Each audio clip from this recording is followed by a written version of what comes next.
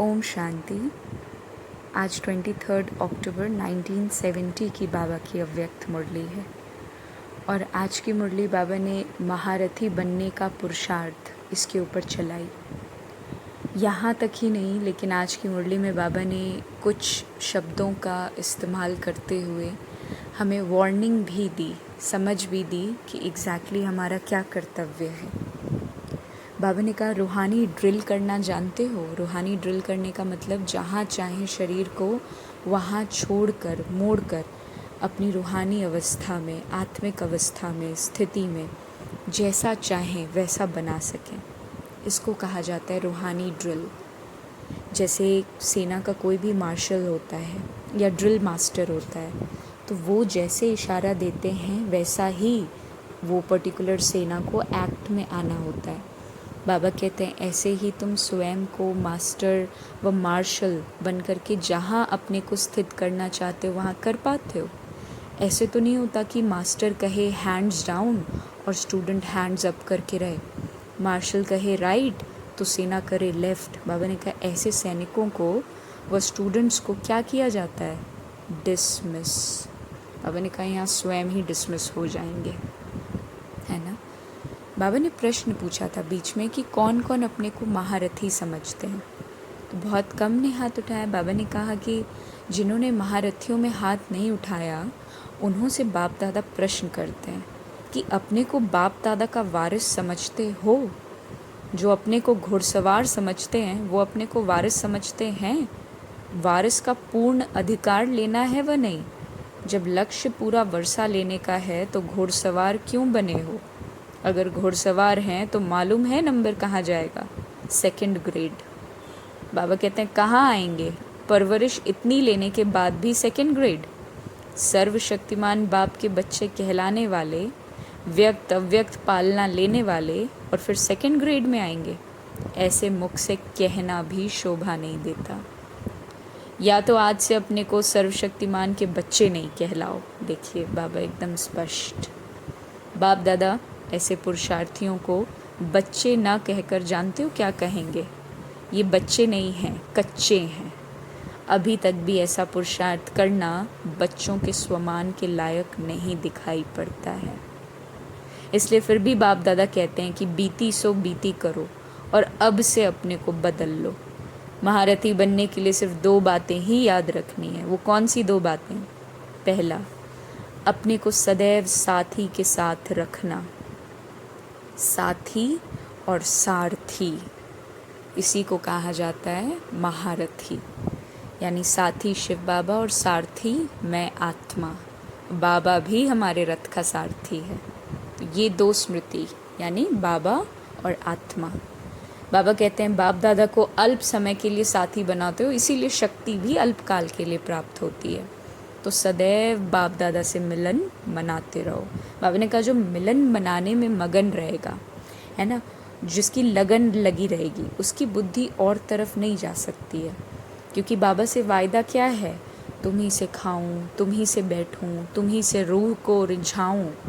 तो ये अपना वायदा भूल जाते हो क्या?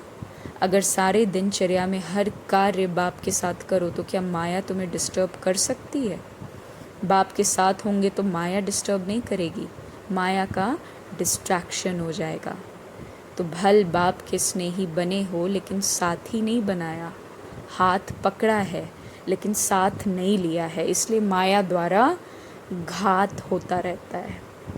बाबा ने कहा गलतियों के कारण ही, जितनी भी हमसे गलतियां होती हैं उनका मूल कारण अगर देखा जाए तो बाबा कहते हैं वो है गफलत। गफलत को कह सकते हैं केयरलेसनेस, है ना, अलबेलापन, इग्नोरेंस। गफलत ही गलतियां कराती है ना।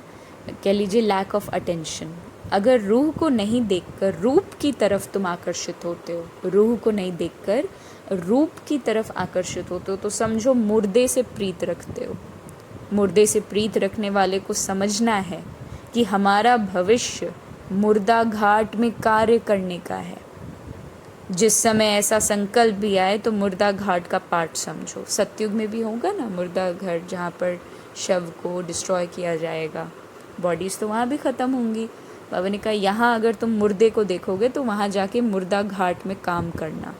तो अपने से पूछो कि जो भी बच्चा अपनी गलतियों को एक बार बाप के सामने रखता है तो उनको ये समझना चाहिए कि बाप के आगे अपनी कमियों को रखने के बाद अगर दोबारा कर लिया तो क्षमा के सागर के साथ साथ 100 गुना सज़ा से बचाने के लिए स्वयं को सदैव बाप दादा को सामने ही रखना।